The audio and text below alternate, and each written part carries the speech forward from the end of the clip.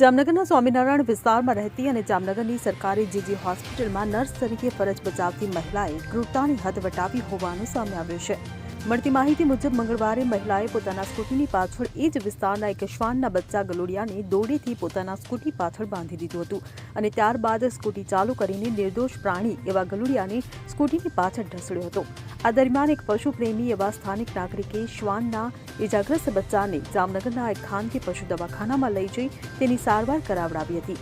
જાણવા મળી રહ્યું છે કે આ મહિલા જામનગરની સરકારી જીજી હોસ્પિટલમાં નર્સ તરીકે ફરજ બજાવે છે તેમજ તેના પતિ પણ શિક્ષક તરીકે નોકરી કરે છે.